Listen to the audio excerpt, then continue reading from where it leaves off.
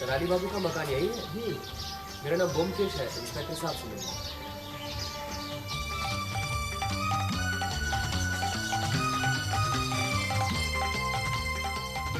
सोच समझ के ठीक से जवाब देना। जरा भी झूठ बोले ना तो सीधा हथकड़ी पहना दूंगा, समझे? जी हुजूर। ओह, तो आ गए आप। कहिए इंस्पेक्टर सेन, कैसे याद किया? बैठिए। कमिश्नर साहब चाहते हैं कि आप भी कुछ छानबीन करें, इसलिए बुलाया है। उनका हुक्म सराखों पर, आप भी देख लीजिए। लेकिन नया क्या देखेंगे आप? एक मामूली खून का मामला है। खूनी कौन है वो भी पता चल गया है। खून किसका हुआ है? इस मकान के मालिक कराली बाबू का। केस सीधा साधा सा है। कराली बाबू के एक भांजे साहब है मोतीलाल, इसी मकान में रहते हैं। वही कल रात से खून करके गायब है। आप जरा खुलासा तो बताइए। इस मकान के मालिक कराली बाबू यहाँ के प्रतिष्ठित लोगों में से हैं। अब कहाँ है थे। कलकत्ते में उनके 3-4 और भी मकान हैं और बैंक में बड़ी मोटी रकम भी। लेकिन न बीवी है न बच्चे, और अमीर होने के नाते रिश्तेदारों की कोई कमी नहीं है। देखिए ना, इसी मकान में इनके साथ 5 व्यक्ति और पलते हैं। 3 भांजे, मक्खनलाल, मोतीलाल और चुनीलाल, और उनकी बड़ी साली के 2 बच्चे, लड़का सुकुमार और लड़की सत्यवती। कराली बाबू थे बड़े गुस्से वाले और सनकी भी। बस आए दिन अपनी वसीयत बदलते रहते थे। उनकी अलमारी से 3 वसीयतें मिली। पहली में उन्होंने मक्खनलाल को वारिस बनाया, दूसरी में मोतीलाल को, और तीसरी में सारी जायदाद सुकुमार के नाम कर दी। पर ऐसा क्यों? जिससे नाराज हुए उसे वसीयत से निकाल दिया। इसी वसीयत को लेकर कल दोपहर मोतीलाल और कराली बाबू के बीच में झगड़ा हुआ था। अब मोतीलाल भी गर्म मिजाज का आदमी है और पीने का भी शौकीन। कल रात 12 बजे से वो गायब है। घर के 2 नौकरों ने उसे रात को दाते देखा है, और आज सुबह कराली बाबू की लाश उनके कमरे में मिली। अब तो साफ जाहिर है कि खूनी कौन है। जरा 1 मिनट, पहले इससे निपट लूं। हाँ, तो कल रात को मोतीलाल को कितने बजे बाहर जाते देखा? रात के 12 बजे के बाद। तुमने मोतीलाल को सीढ़ी से उतरते देखा? जी नहीं हुजूर, जब वो दरवाजे से बाहर निकले तब देखा। ऊपर से उतरते क्यों नहीं देखा, बोलो? उस वक्त हुजूर मैं पड़ोस में गांजे का दम मार रहा था। हाँ, बाहर का दरवाजा खुला था। जी। तुम कितने बजे घर वापस आए? मोती बाबू के जाने के आधे घंटे बाद मैं वापस आ गया था। तब तक सुकुमार बाबू वापस आ गए। वो अब ये सुकुमार बाबू कहाँ से अटक के? वो मैं नहीं जानता हुजूर। सुकुमार बाबू कितने बजे वापस आए? मोती बाबू के जाने के 10-15 मिनट बाद ही। अब चलिए घर वालों से भी मुलाकात कर लें। कराली बाबू की लाश उनके कमरे में होगी ना? हाँ चलिए, तुम सब यही रहना, समझे?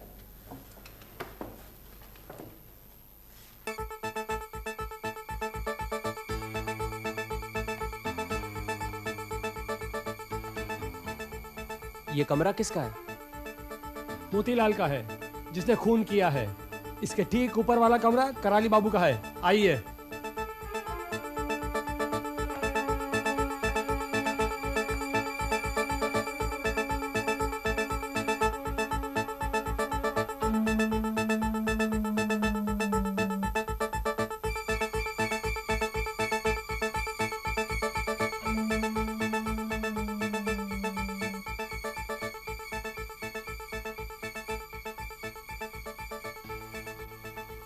आधी चाय प्लेट में छलकी और आधी कप में।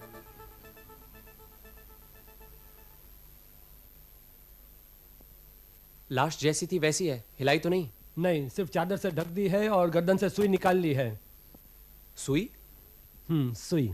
मौत कैसे हुई किसी को पता ही नहीं। मैंने मालूम किया है। गर्दन के पीछे जहाँ मेडुला और फर्स्ट वर्टिब्रा मिलता है, वहां सुई घुसा घुसा के उनकी हत्या की गई है। ताजुब की बात है, जहां मेडुला और फर्स्ट सर्विकल वर्टिब्रे के मिलने की जगह है वो तो बहुत नाजुक है। इसका मतलब है कि खूनी को यह मालूम था।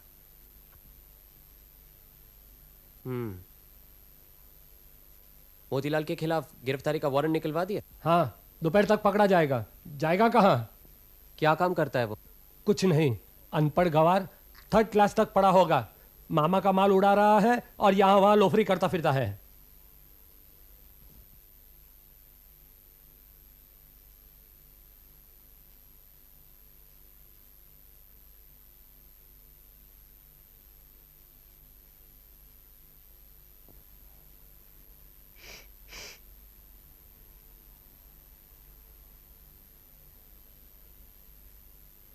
इनकी गर्दन पे तो 3 बार सुई घुसाने के निशान हैं। हाँ है, तो क्या हुआ? वो क्या है कि वो मेड्यूला और रीढ़ की हड्डी की मिलने की जगह न मिलने के कारण से कई बार सुई घुसाई होगी हत्या के लिए। आपने इनके नाक पे गौर किया? नाक पे? हाँ, नाक। काले स्पॉट्स नजर आ रहे हैं। हाँ, शायद उनको जुकाम हुआ होगा। वो कई बार नाक साफ करने के कारण से ऐसे स्पॉट्स लग जाते हैं नाक पे। आपको दाल में कुछ काला लगता है? दाल में नहीं, नाक पे। चलिए।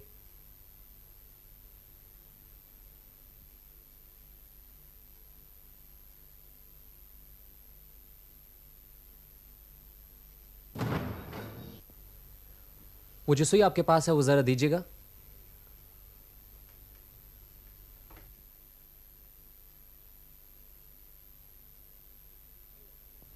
कमाल है। क्या हुआ? इसके साथ तो काले रेशम का धागा लगा हुआ है। इसमें कमाल की क्या बात है? सुई में धागा नहीं होगा तो मोटी रस्सी होगी। अब आप जल्दी कीजिए, मुझे थाने जाना है। सबसे बड़ा भांजा मोतीलाल है, उसके बाद मक्खनलाल जो नीचे रहता है, और उसके बाद चुनीलाल जो यहाँ ऊपर है। आइए उसे मिल लीजिए पहले। चुनीलाल, आप उनसे बातें करिए। वो एक सीधा साधा आदमी है, लंगड़ा, कहीं आता है न जाता है। तब तक मैं नीचे काम खत्म करके आता हूं।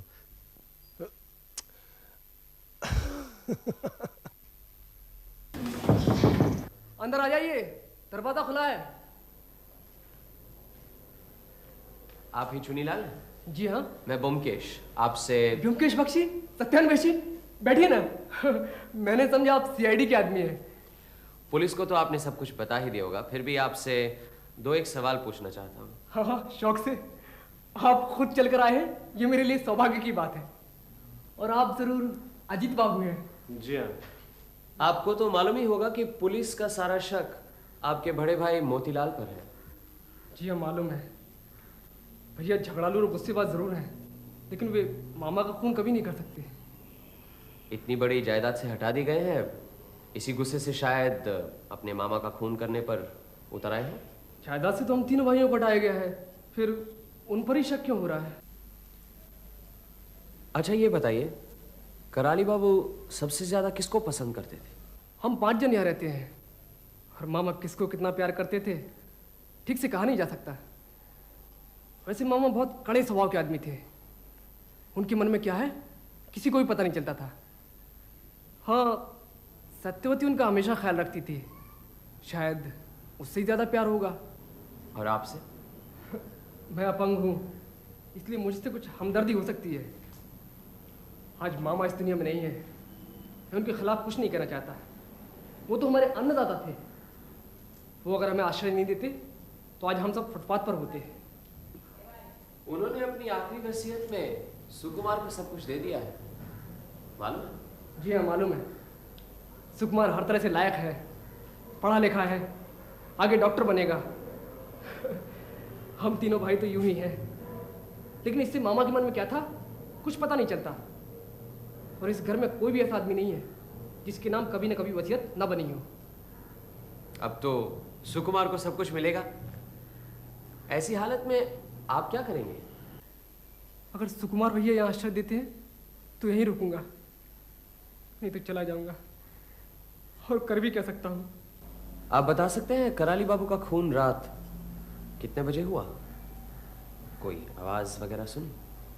हो सकता है रात खत्म होने से पहले, या अरे आप अभी तक यहीं हैं? चलिए चलिए। कराली बाबू का खून कब हुआ था? रात को 12 बजे हुआ या रात को 4 बजे हुआ, क्या फर्क पड़ता है? आइए, देर हो रही है। ये सुकुमार का कमरा है और पास में उसकी बहन सत्यवती का। सुकुमारी एक पढ़ा लिखा समझदार आदमी है। चलिए नीचे मक्खनलाल से मिल लेते हैं, वो टेढ़ी खीर है। चलिए। ऊपर आई गई है तो इन भाई बहन से भी मिल लेते हैं, हर्ज क्या है? ओह, आप लोग भी बस।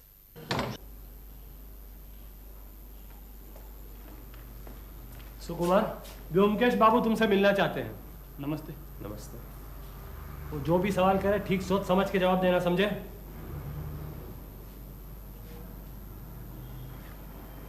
कल रात को आप कहाँ गए थे? सिनेमा गया था। कौन सा सिनेमा? चित्रा। अरे ये तुमने मुझे पहले क्यों नहीं बताया? आपने पूछा ही नहीं और मैंने भी ज़रूरी नहीं समझा। क्या जरूरी है और गैर जरूरी है उसका फैसला हम करेंगे। तुम्हारे पास कोई सबूत है तुम चित्रा सिनेमा गए थे?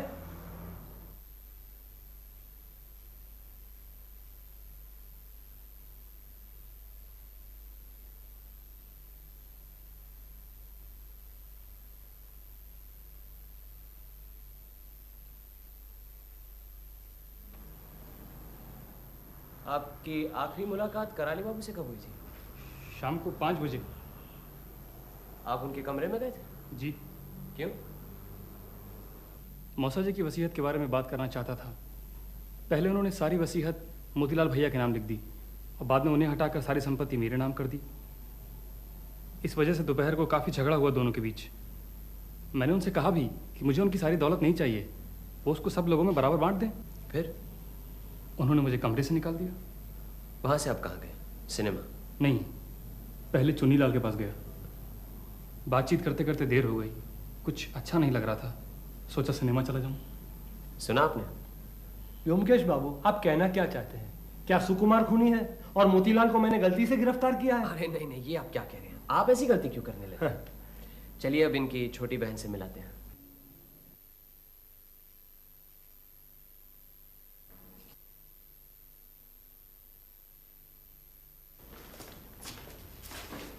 आपको तकलीफ देने आए हैं। पुलिस की थोड़ी बहुत ज्यादती का आप बुरा मत मानिएगा। पुलिस को बदनाम करने की कोई जरूरत नहीं है, आप पुलिस नहीं है। ज्यादा नहीं, 2-1 सवाल है। आइए बैठिए। आप क्या जानना चाहते हैं पूछिए, मैं यहीं से जवाब दूंगी।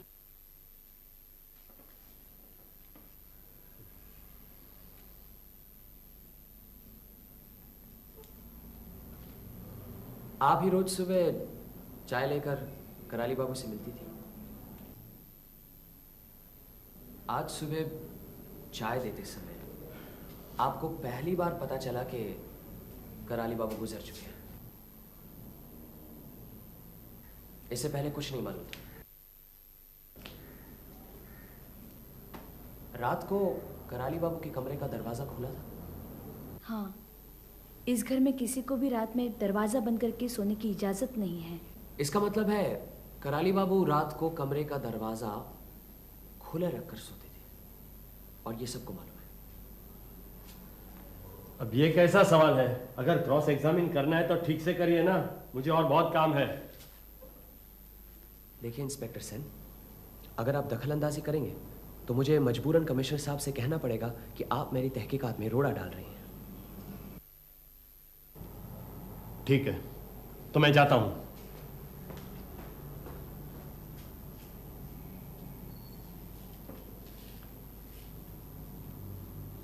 आप कराली बाबू की मौत की खबर सुबह से पहले नहीं जानती थी। जरा फिर सोचकर बताइए। सोचकर ही बता रही हूँ, नहीं जानती।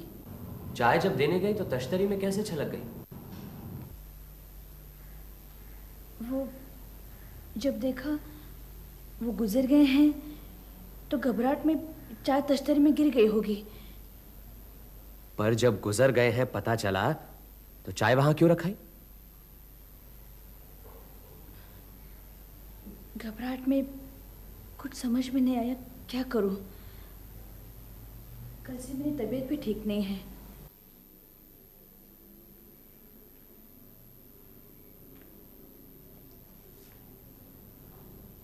साफ साफ सब कुछ कह डालने से हमें बहुत मदद मिलेगी।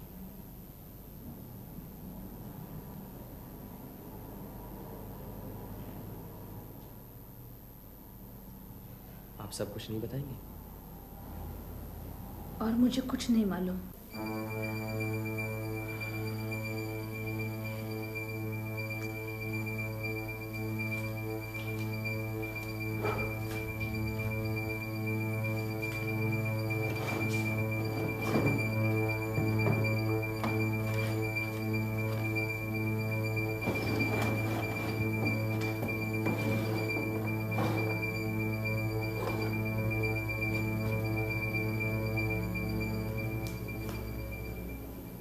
ये एम्ब्रॉयडरी आप बना रही हैं? जी।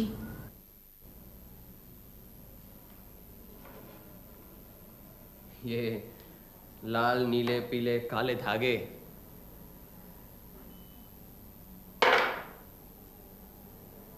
सुई कहाँ है? सुई? हाँ सुई। सुई से तो सिलाई करती हैं। वो सुई कहाँ है?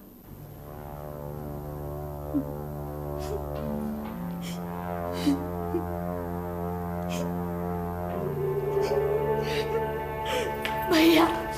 सत्या, सत्या, अच्छा नहीं किया आपने। मुझे सब कुछ बता सकती थी। मैं पुलिस थोड़ी हूं, ये तो आपको मालूम है। बताने से शायद आपको भी फायदा होता। चलो अजीत।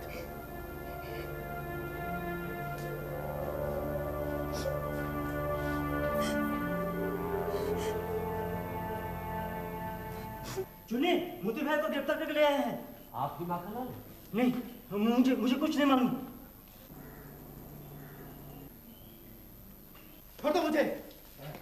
मैंने मामा को कोई खून नहीं किया, भगवान की सौगंध। मैं रात भर अनारो के कमरे में शराब पी रहा था। अनारो गवाह है। ये रहे मोतीलाल, इन्हीं के नाम वारंट था। अगर आपको कुछ पूछना है तो पूछ लीजिए। कहाँ गिरफ्तार किया है? हाट काटा गली के गड्ढे में। छोड़ो। चुप। अजीब आदमी है आप लोग। मैं तो अनारो के कमरे में रात भर सो रहा था। मालूम, लेकिन सुबह तो वापस आ जाते हैं। आज क्यों नहीं आए? रात भर मैंने इतनी पी रखी थी, पूरी एक बोतल पी रखी थी, फिर सुबह कैसे आता? नींद ही नहीं खुली। ले जाओ इसे, डाल दो लॉकअप में। आप लोग मुझे पकड़ने बहुत बड़ी गलती कर रहे हैं। मैं आपके खिलाफ कार्रवाई करूंगा। मुझे कानून मालूम है। छोड़ दो मुझे। अच्छा, लाश लेकर क्या पता चला? पहली बात कि कराली बाबू की हत्या क्लोरोफॉर्म देने के बाद की गई थी। उनके नाक के पास जो काले काले दाग थे वो क्लोरोफॉर्म की वजह से होते हैं। और दूसरी बात कि उनकी गर्दन पर 3 बार सुई घुसाई गई थी। 3 बार क्यों? इसीलिए कि पहली और दूसरी बार जहां सुई घातक होती है एग्जैक्ट उसी जगह पर नहीं लगी। लेकिन सबसे अहम बात यह है कि सुई घुसाकर वहीं छोड़ दी गई। अभी वो उसे ले जा सकता था जिससे कि कोई सबूत ही ना मिले। हो सकता है घबराहट और जल्दबाजी की वजह से वहीं छोड़ गया हो। सुकुमार के टेबल पर एक किताब, ग्रेज एनाटॉमी। उस किताब में सिर्फ एक पेज पर कुछ लाइनों के नीचे लाल पेंसिल से निशान लगाए गए थे। वो निशान क्या थे? मेडुला और फर्स्ट वर्टिब्रे के मिलने की जगह पर अगर आघात हो किसी भी वजह से तो फौरन मृत्यु हो जाती है। क्या कह रहे हो? तुम्हारा मतलब है कि... लेकिन ताजुब की बात यह है कि सुकुमार के टेबल पर लाल पेंसिल तो मिली नहीं। ये लीजिए, तीनों वसीयतनामे। ये तीसरा सुकुमार के नाम है, ये आखिरी वसीयत है। देख लीजिए आपको क्या देखना है।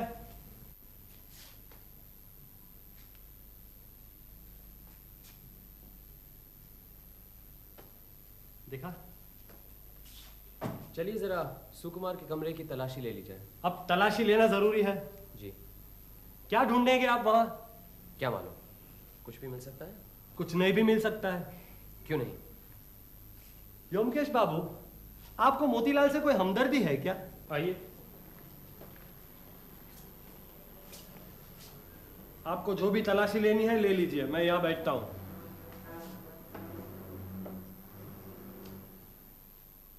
ये अलमारी खुली है? जी हाँ। और उन बक्सों की चाबी? वो सामने बुककेस पर है। आप जाइए जरा नीचे बैठिए जब तक हम न बुलाएं। जी। आइए, इस अलमारी की पूरी तलाशी लीजिए। अजीत।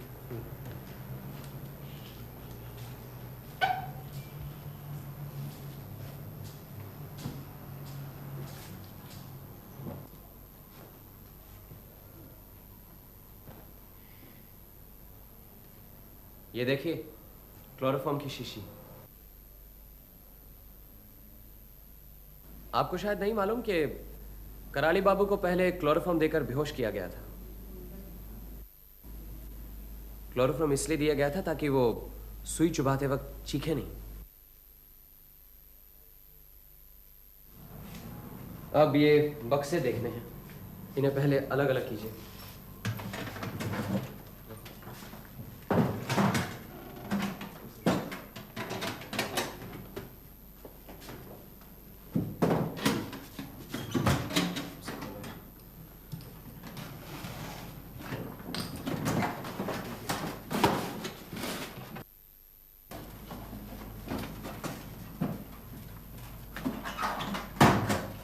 ये देखिए, दूसरा वसीयतनामा। तारीख क्या है देखना। परसों की, जिस दिन कराली बाबू की हत्या हुई। और ये वसीयतनामा चुनीलाल के नाम पर है।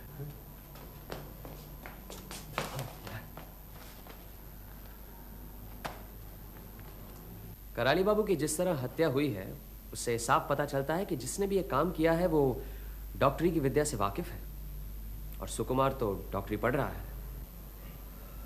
मैं थाने जाता हूँ, मोतीलाल को जल्दी ही छुड़वाना है। आप जो चाहे तलाशी लीजिए, व्योमकेश बाबू जो कहे उसकी तामील करना, सुकुमार को गिरफ्तार करना है ना। इसे संभालिए। धन्यवाद। अजीत, तुम यही रहना, मैं जरा सत्यवती से मिलकर आता हूँ।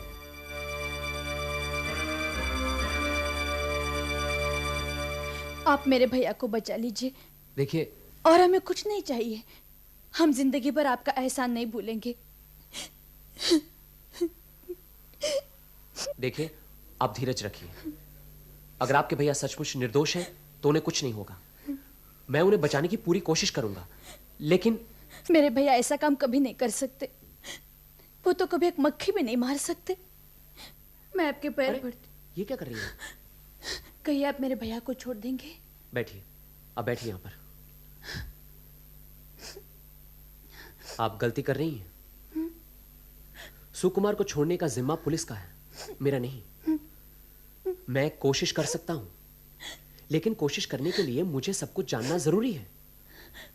अगर आप कुछ छुपाएंगी तो मैं आपकी मदद कैसे करूंगा? मैंने तो कुछ भी नहीं छुपाया। छुपाया है। आपको उसी रात कराली बाबू की हत्या के बारे में सब कुछ पता चल गया था, लेकिन आपने बताया नहीं।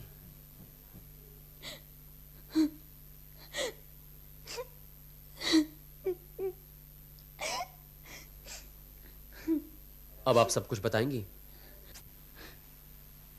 मैं सब कुछ बता दूं तो सारा दोष भैया पर पड़ेगा। देखिए, अगर आपके भैया बेकसूर हैं तो सच बात कहने से उनका कोई नुकसान नहीं होगा। आप बिना झिझक साफ साफ बताइए, कुछ छुपाइएगा नहीं।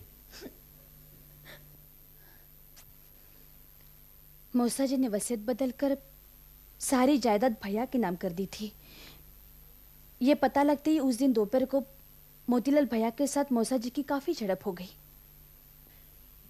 कॉलेज से वापस आकर जब भैया को पता चला तो वो भी मौसा जी से मिले और कहा उन्हें कुछ भी नहीं चाहिए।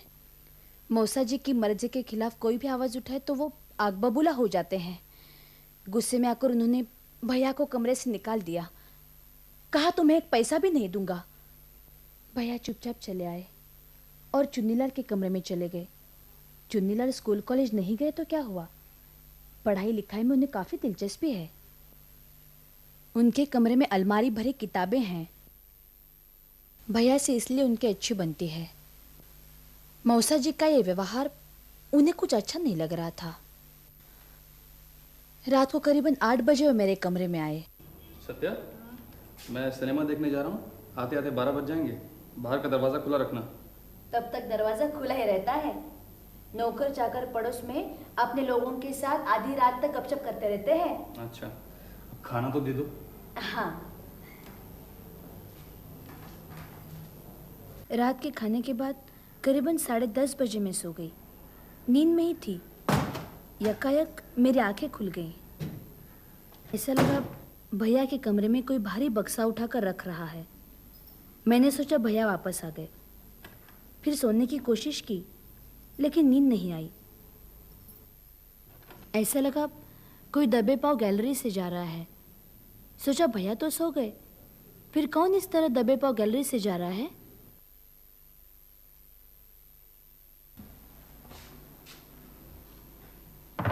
आपको पूरा यकीन है आपके भैया ही अपने कमरे में गए? हाँ, भैया ही थे। अच्छा, तब समय क्या होगा, आप कुछ कह सकती हैं? जरूर। शहर के चारों तरफ तब 12 के घंटे बज रहे थे। फिर भैया 15 मिनट पहले आ गए। उनके कमरे से आवाज सुनी, फिर वो कहाँ निकल गए, मुझे कुछ समझ में नहीं आया। तब ख्याल आया जरूर मौसा जी को देखने गए होंगे। मौसा जी को रात को कभी कभी गठिया का दर्द होता है, नींद नहीं आती, तब उन्हें दवाई देनी पड़ती है ताकि वो सो जाएं। इसलिए मैं उसी वक्त मौसा जी को देखने चली गई। उनके कमरे का दरवाजा हमेशा खुला ही रहता है। अजीब से एक बू नाक में आई। मीठी मीठी? हाँ बिल्कुल ठीक, मीठी मीठी। हाँ, क्लोरोफॉर्म।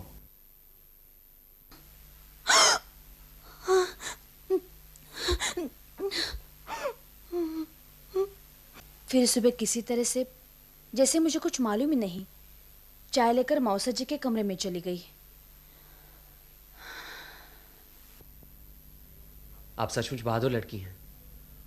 और कोई होती तो चीख पुकार, बेहोशी, हाय तौबा, न जाने क्या कुछ करती। लेकिन आपने सिर्फ भैया के लिए। अच्छा, मैं चलता हूं। आपने कुछ बताया नहीं? बताने लायक अभी कुछ नहीं है। इतना जरूर कहूंगा कि अगर आप ये सब पहले बता देती तो बहुत अच्छा था। मैंने जो बताया उसे भैया को तो कुछ नहीं होगा ना? ब्योमकेश बाबू, भैया के अलावा इस दुनिया में मेरा कोई नहीं है। आप चुप हो जाइए। ऐसे घबराएंगे तो कैसे काम चलेगा? मैं जाता हूं। जो कुछ होगा अच्छा ही होगा।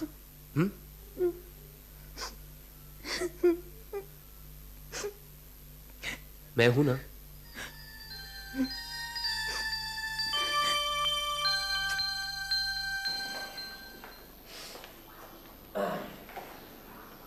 पता नहीं क्यों, लेकिन मुझे लगता है खून सुकुमार ने नहीं किया। अच्छा अजीत, सत्यवती देखने में वैसे कुछ खास सुंदरी तो नहीं है, तुम्हें क्या लगता है? ये क्यों पूछ रहे हो? नहीं, यूं ही जरा लोग उसे दुबली कहेंगे, बदसूरत तो नहीं। सुकुमार को पकड़ कर ले गए। तुम्हें क्या लगता है कराली बाबू का खून सुकुमार नहीं किया है? चलो आज 9:30 के शो सिनेमा देखा थे, चित्रा में अच्छी पिक्चर लगी। अरे ये तो आज होके गया। चित्रा में सिनेमा देखने के बाद पैदल कराली बाबू के यहाँ होएंगे। देखते कितना वक्त लगता है। क्यों?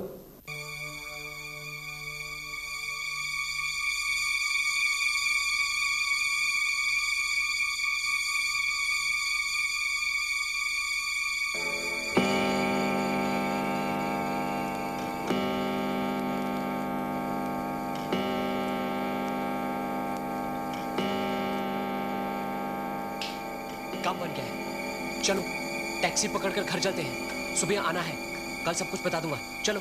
लेकिन ये सब चलो ना। आइए ब्योमकेश बाबू, कल तो आप गायब ही हो गए। आपने मोतीलाल को छोड़ दिया और सुकुमार को गिरफ्तार कर लिया। वो क्या बात हुई? अब आप कहेंगे कि सुकुमार भी निर्दोष है? आप तो हर चीज सोच समझ कर करते हैं ना। हाँ, मुझे तो सुकुमार पर पहले से ही शक था। आखिर में वो डॉक्टर ही पढ़ रहा है ना, इंसान के शरीर की हर हिस्से को अच्छी तरह जानता है। और फिर ये नई वसीयत जो चुनीलाल के नाम मिली, यही तो असली सबूत है। वसीयत तो आपने दिखाई नहीं, कल आप उसे लेकर चलते बने। लीजिए, देखिए।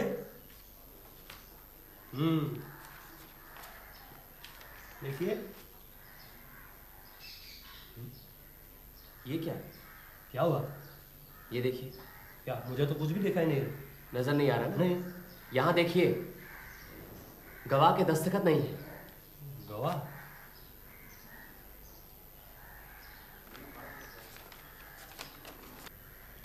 खैर, इस माखनलाल को पकड़े रखिए, छोड़ेगा नहीं। और फौरन एक मैजिस्ट्रेट के यहाँ से अरेस्ट वारंट निकलवा दीजिए। फिलहाल आसामी का नाम लिखने की कोई ज़रूरत नहीं। चलो जी, हम ज़रा चुनीलाल से मिलाते हैं।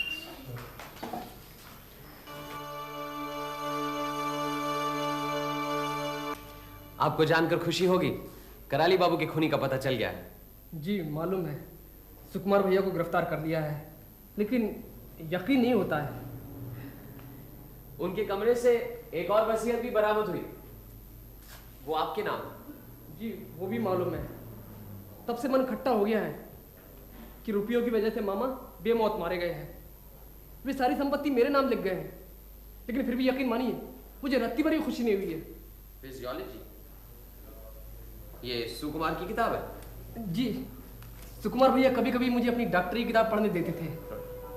अब देखिए ना, सुकुमार को ही मैं अपना सबसे नजदीक का साथी समझता था, अपने भाइयों से भी ज्यादा।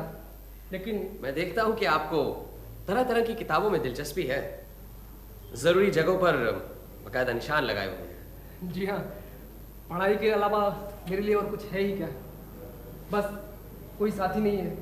सुकुमार भैया भी रोज शाम को आते थे और गपशप करते, उन्हीं से मैं पढ़ाई लिखाई और सुख दुख की बातें करता था। अच्छा, तो क्या सचमुच सुकुमार भैया ने हत्या की है?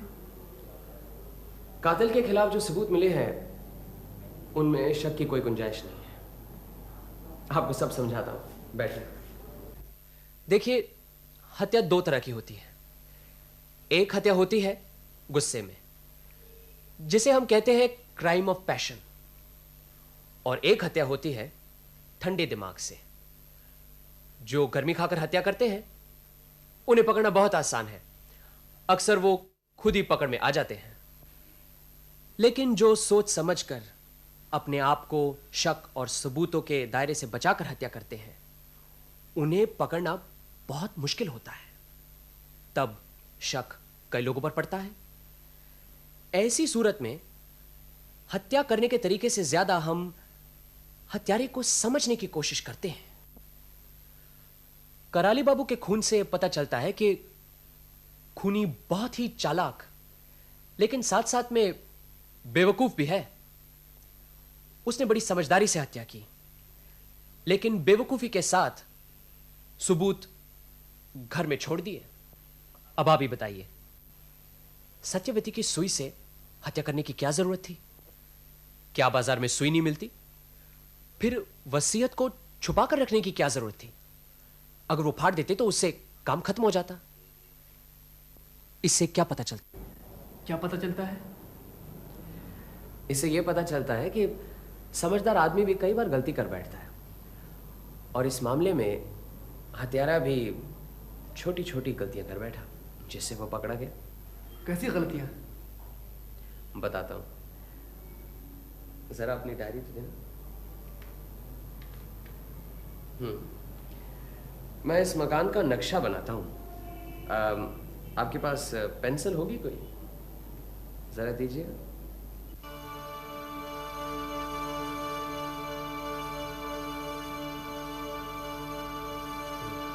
नक्शा रहने दीजिए, मैं यूं ही बताता हूं।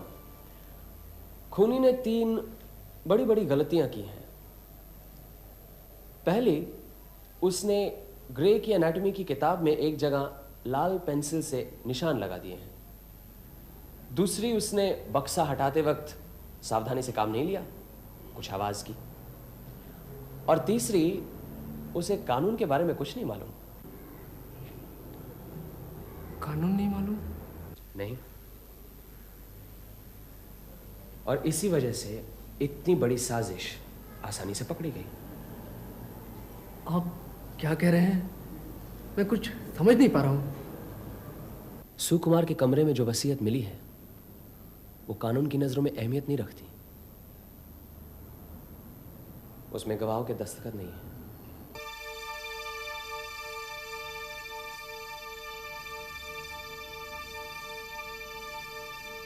कुछ कहना चाहते हैं चुनीलाल बाबू?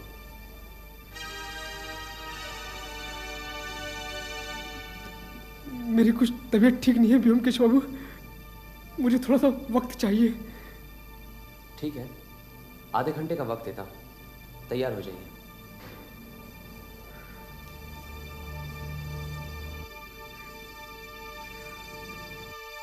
क्लोरोफॉर्म कहां से मंगाया? माखनलाल से। आधे घंटे बाद आइए। माखनलाल जी, चुनीलाल को आपने क्लोरोफॉर्म कब ला कर दिया? जी मुझे कुछ मालूम नहीं। सच सच बताइए, वरना ये वारंट आप ही के नाम लिखा जाएगा। दुआई हुजूर, मुझे कुछ मालूम नहीं। चुनीलाल ने मुझसे कहा उसे रात में नींद नहीं आती, 1 बूंद क्लोरोफॉर्म लेने से नींद अच्छी आएगी, इसीलिए। समझा। इंस्पेक्टर सेन, इन्हें जाने दीजिए। चलिए भागिए। वारंट आ गया? अभी नहीं, लेकिन ये वारंट है किसके लिए? उसी के लिए जिसने कराली बाबू का खून किया है। देखिए व्योमकेश बख्शी, ये मजाक का वक्त नहीं है। कमिश्नर साहब आपको चाहते हैं इसलिए मैं आपको बर्दाश्त कर रहा हूं, लेकिन मेरा कोई मजाक उड़ाए ये मुझे बिल्कुल पसंद नहीं। ये मजाक बिल्कुल नहीं है, मैं ठीक कह रहा हूं। चुनीलाल ने कराली बाबू का खून किया है, ये वारंट उसी के लिए है। आप भी व्योमकेश बाबू।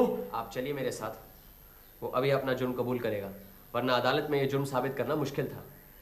उसने आधे घंटे की मोहलत मांगी है, आधा घंटा हो गया है। चलिए।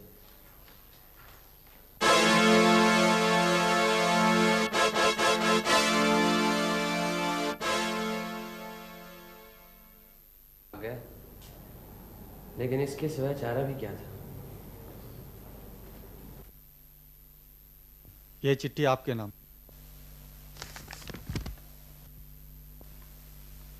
ओमकेश बाबू, चलता हूं। जब धन ही नहीं मिला फिर जिंदा रहकर क्या फायदा। मामा की मैंने हत्या की है, उसके लिए मुझे गम नहीं, लेकिन सुकुमार को दोषी ठहराना और उसे फांसी पर लटकाना मेरे लिए जरूरी हो गया था। उसका मुझे अफसोस है। आज कहने में मुझे कोई संकोच नहीं। मैं हमेशा सत्यवती को चाहता था और इस सारे षड्यंत्र में उसे पाने की इच्छा भी कहीं बहुत प्रबल थी।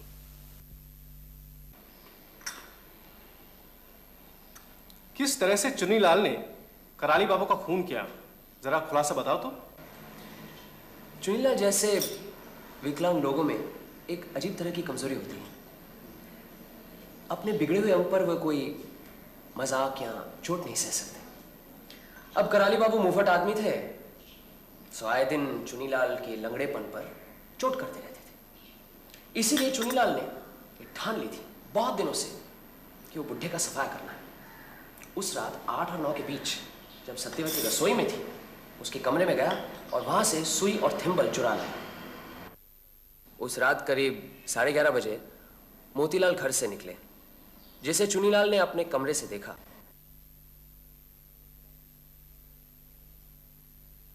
मोतीलाल के जाते ही वो कराली बाबू के कमरे में गया। जाकर देखा कराली बाबू सो रहे थे। यही मौका था। क्लोरोफॉर्म पहले से ही मंगवा लिया था। क्लोरोफॉर्म सुंघाकर कराली बाबू को बेहोश कर दिया।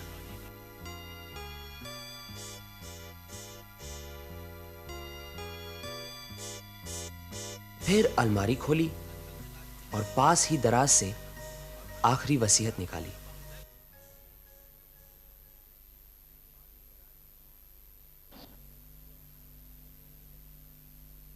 पढ़कर खुश हुआ। वसीयत उसी के नाम थी। वसीयत को अपने पास ही रखा और फिर ठान ली कि जो सोचा था उसे करने का वक्त आ गया है। बुड्ढे को फिर वसीयत बदलने का मौका नहीं मिलना चाहिए।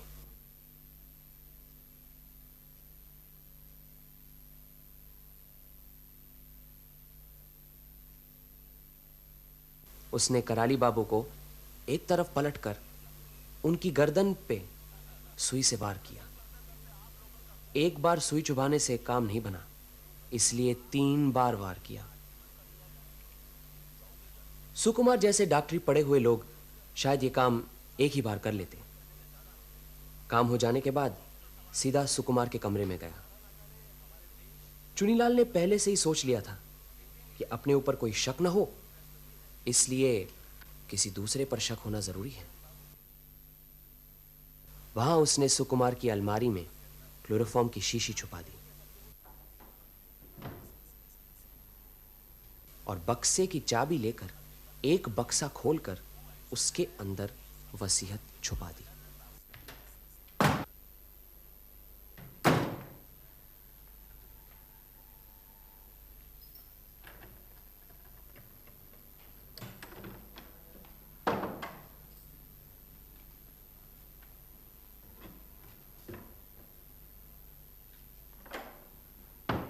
नई वसीयत पर गवाहों के दस्तखत क्यों नहीं थे? कराली बाबू ने रात को खाने के बाद वसीयत तैयार की होगी। हाँ। उन्होंने सोचा होगा सवेरे किसी के दस्तखत करवा लेंगे, लेकिन हाँ। अच्छा, सत्यवती से फिर कभी मुलाकात हुई? हाँ, कई बार।